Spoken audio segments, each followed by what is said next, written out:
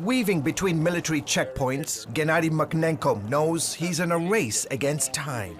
We will try to evacuate some people from little city on the front line, directly in front line.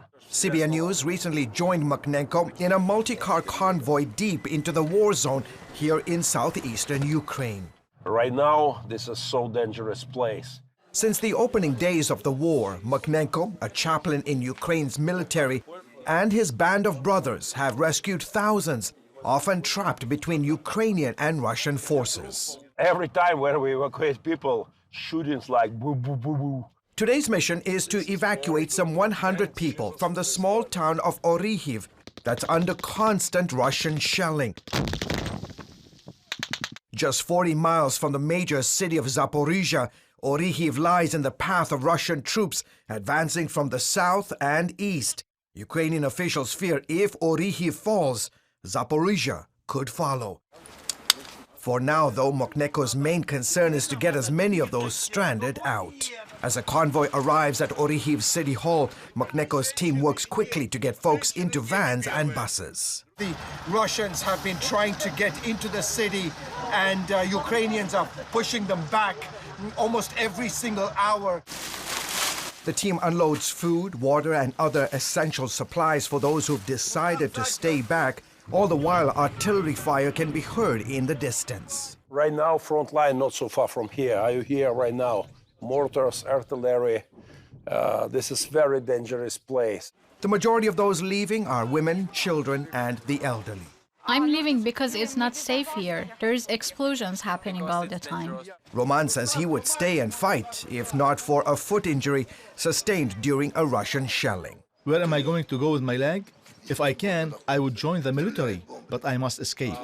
How do you think I feel that I have to flee from my hometown? Roman and the others will move to Zaporizhia for now. Meanwhile, Mokhnenko and part of his team are heading further east to deliver more humanitarian aid. They come across this underground bunker in the town of Pole, where 38 adults and 6 children have been living since war began.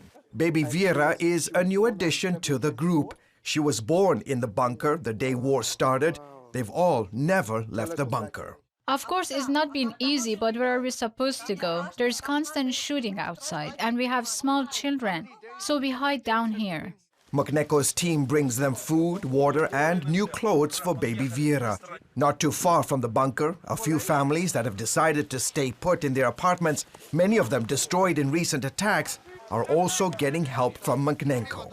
This is the town of Pole, and today it is the front line here in the eastern part of Ukraine. When the war started back on February 24th, this became sort of a contested area, and in fact today it still is. This is the remains of an apartment building, and the reality is that the Ukrainians are still battling for this town.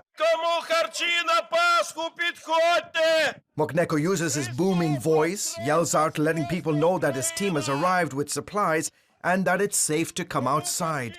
Moments later, they emerge and are handed bags with food and other essential items. These people are great. They are doing important work. Thank you very much. I love them all.